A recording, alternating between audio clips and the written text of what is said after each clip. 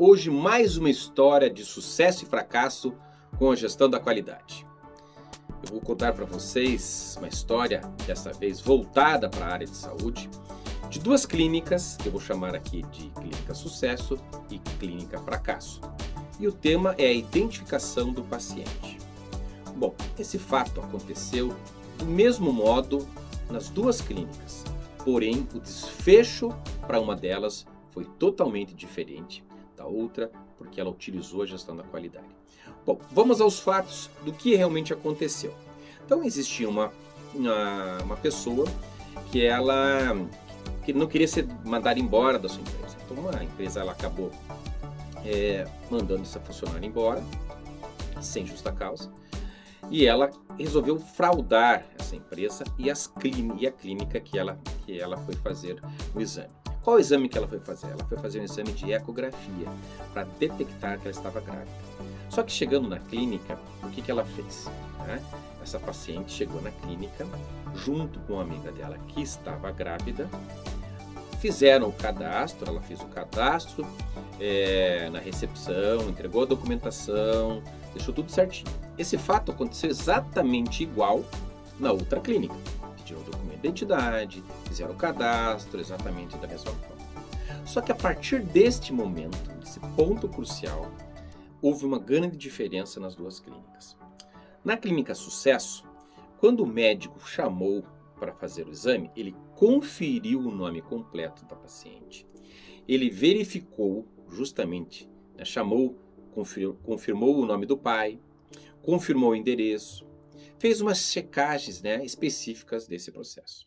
Na Clínica Fracasso, o médico simplesmente chamou pelo primeiro nome e essa paciente entrou. Bom, essas duas pacientes seguiram o caminho normal, foi emitido um laudo desse exame, mas tem um detalhe importante nessa história. Na Clínica Fracasso, quando foi chamar a paciente que não estava grávida, a colega dela entrou, que estava grávida. Confirmou os dados, foi feito o exame, você sabe o que aconteceu. Foi emitido um laudo no nome da paciente que não estava grávida, com uma fase de gestação, alegando e tendo um laudo que a pessoa estava grávida.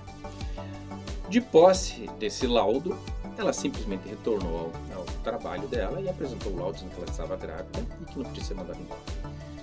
Esse fato, como eu falei para vocês, aconteceu em paralelo, em duas clínicas em momentos diferentes, mas para situar vocês como é que funciona a gestão da qualidade.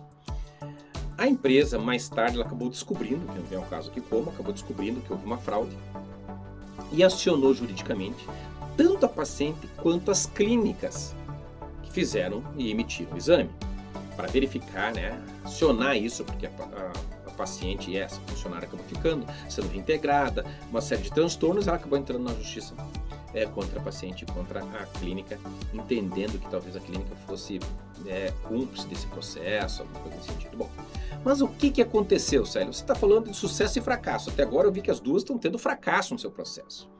Bom, pessoal, o que acontece? Na Clínica Sucesso, ela tinha o quê? Ela tinha protocolos de identificação de pacientes. Ou seja, existia um POP, um procedimento operacional padrão, identificando as formas de se identificar. Então, existia uma série de normas para que a recepção fizesse a identificação, o que ela cadastrava. Depois, quando a segunda pessoa chamava, se era um médico ou um auxiliar, procedia da mesma forma, confirmando a identificação. O médico também fazia essa confirmação e isso estava num documento. Como a Clínica Sucesso aplicava a gestão da qualidade, ela não só fazia um documento para deixar na gaveta, guardado na gaveta. Não, ela pegava aquele POP, aquele número daquele POP, chamava todos os seus colaboradores, pedia para eles lerem esse documento. E pegava a ciência da leitura e que as pessoas tinham lido e entendido e compreendido aquele documento. Então, além do POP lá de identificação do paciente, nós tínhamos um outro documento que os colaboradores assinavam que tinham lido aquele documento, que tinham compreendido e entendido aquele documento e não tinham dúvidas. Mais um documento. Além disso, além do médico nessa lista, além disso, pessoal, o que essa clínica também fazia? Fazia treinamentos. Juntava 3, 4, 5 documentos e fazia treinamentos rápidos. Pessoal, vamos lembrar aqui da identificação da paciente, temos que confirmar o nome do pai, da mãe, endereço, RG, CPF aqui na recepção, aqui quando for entrar na sala de exames, e o médico também tem que fazer isso antes de proceder aí o seu exame. Inclusive aquela auxiliar, a pessoa, né, a técnica que fica auxiliando ali o médico para fazer a ecografia, passando, né, preparando a paciente, também ela vai confirmar. Então, ou seja, ele treinava isso, bom, depois do treinamento verbal, né, alguém explicando, mais uma lista de treinamento desse pessoal. Então, veja bem, então eu já tenho um documento, um procedimento operacional padrão, eu tenho a lista de treinamentos de leitura individualizada daquele documento e tenho mais um treinamento desses colaboradores. Que essa clínica sucesso repetia, trocava fornecedor, trocava de colaborador, às vezes saía, trocava, né, o colaborador, ela fazia exatamente a mesma coisa. Colaborador novo, aqui é o nosso protocolo de identificação, leia, assine, compreenda, dá um tempo e depois eu repetia esse treinamento. Na clínica fracasso, o que acontecia? Nada. Ela tinha até feito um procedimento de identificação, né, mais ou menos feito, e ficou na gaveta. E não seguia essas orientações, não tinha treinamento. Bom, Marcelo, até onde eu não estou o que está acontecendo em relação ao sucesso e fracasso? Lembram que eu falei para vocês que ambas as clínicas foram processadas juridicamente para isso? Bom, em juízo, o que aconteceu com a clínica sucesso?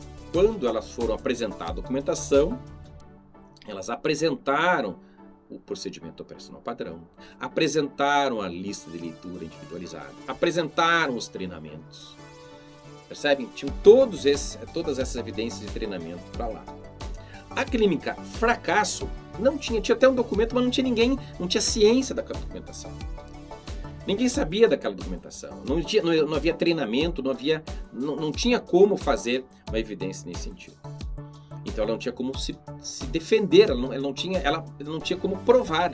Inclusive, quando ela apresentou aquele documento, ela acabou produzindo prova contra ela mesma, sem querer. Por quê? Porque ela disse que tinha um documento que ninguém era treinado, enquanto a outra clínica sucesso mostrou todas essas relações. Mais ainda, na rolagem de testemunhas, a clínica sucesso fez a seguinte situação: ela apresentou a quantidade de testemunhas, mas apresentou inclusive para o juiz uma relação de pacientes, que deixou a critério do promotor ou do juiz escolher qualquer um daqueles pacientes, inclusive relação de ex-funcionários, para comprovar se eles eram ou não treinados naquilo. E dos colaboradores, e dos funcionários, e das clientes, melhor dizendo, das pacientes, se isso não era checado todo dia. A clínica fracasso não tinha como fazer isso. Ela não tinha como pegar um funcionário que já saiu da empresa e pedir uma lista, porque ele não foi treinado. Ele não tinha treinamento. Mas, para vocês entenderem, então, o final dessa situação, vocês podem estar perguntando, mas espera aí, professor, Célio, consultor, né? Espera um pouquinho. Houve uma fraude, a pessoa entrou lá, ela fraudou, né? Assim fica, como é que eu vou comprovar que a pessoa, isso é complicado, porque a pessoa podia ter decorado, né, a filiação, podia ter feito isso. Ok, percebe? Senão vocês vão pensar assim, não, mas agora tem que autenticar em cartório as assinaturas dos pacientes quando chegam lá para fazer um exame, ou confirmar ali no instituto de identificação que elas estão fazendo, se essa paciente é mesmo. Veja bem, esses protocolos não vão eliminar o problema, mas vão salvaguardar a instituição, o profissional que participou daquele processo. Então, lá na frente, pessoal, nessa história de sucesso e fracasso, a clínica sucesso foi absolvida contra ela, enquanto a clínica fracasso foi condenada também, porque ela não conseguiu comprovar esses documentos. Percebem a diferença da gestão da qualidade nisso aqui? O que é importante quando a gente faz um procedimento? Então, qualidade, pessoal, é ter procedimento operacional padrão, é a padronização, mas é o treinamento, mas é a evidência do treinamento, é o controle, é isso que é a qualidade. Essa é uma história real de duas clínicas que, como eu mostrei para vocês, uma aplicou a gestão da qualidade e a outra não aplicou a gestão da qualidade. Percebem?